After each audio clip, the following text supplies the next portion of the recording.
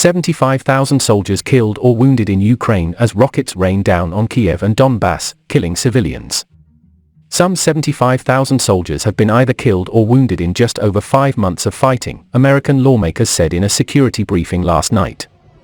That means about half of the pre-invasion force deployed along Ukraine's borders, which the West estimated at 150,000 to 190,000 troops, is now out of action. Thousands of tanks, armored vehicles, helicopters, jets and ships have also been blown up, shot down, or sunk, costing Russia more than $10 billion. But that has not stopped Russia from firing missiles into northern and eastern Ukraine, with civilian deaths and injuries. Kiev was hit early on Thursday by 6 missiles fired from a warship in the Black Sea that hit a military unit in the village of Lyates on the outskirts of the capital, the first time that target has been attacked in weeks. 15 people were wounded in the Russian attacks, 5 of them civilians, according to Kiev Regional Governor Oleksiy Kuleba. Meanwhile, 20 missiles were fired from Russian bases in neighboring Belarus at Chernihiv in northern Ukraine, which has also not been attacked for weeks. Kuleba linked the attacks to Statehood Day, which President Volodymyr Zelensky introduced last year and which Ukraine celebrated on Thursday.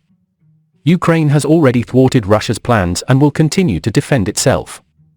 Bakhmut, a town in eastern Ukraine near the current front line, was also shelled today, with one house going up in flames. Observers believe Russia is focused on capturing Bakhmut and another town, Siversk, 20 miles to the north, but is making limited progress. Putin's men now rely on pontoon bridges and ferries to transport troops, vehicles, and supplies across the Dnipro River after Ukraine blew up the Antonovsky Bridge on Tuesday night, Russia's main road link in and out of the city. 2 other bridges, the Antonovsky Railway Bridge and the bridge over the Novokakokva hydroelectric dam, have also been damaged in recent days and are not fully functional.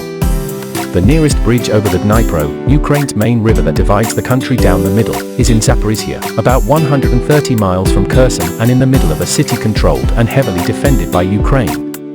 The UK Ministry of Defence said, Ukraine has used its new long-range artillery to damage at least 3 of the bridges over the Dnipro River that Russia relies on to supply the areas it controls.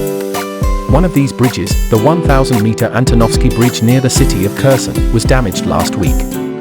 Ukraine attacked it again on the 27th of July and it is very likely that the crossing is now unusable. The 49th Russian army is stationed on the western bank of the Dnipro River and now looks very vulnerable. The city of Kherson, politically the most important Russian-occupied population center, is also now virtually cut off from the other occupied areas.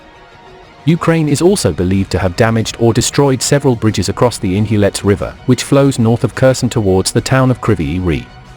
This means that the Kherson region was divided into 2 halves, the city on one side and an open and difficult to defend area in the countryside to the east. Kiev troops are now advancing south into this area from Kryvyi Rih, having reached a tip above the Inhulets, according to British sources. Russian troops in the area now face the unenviable task of holding the land with no obvious route of retreat if they fail. If Ukraine were to take the area, Kherson would be surrounded on 3 sides with the difficult-to-cross river at its back.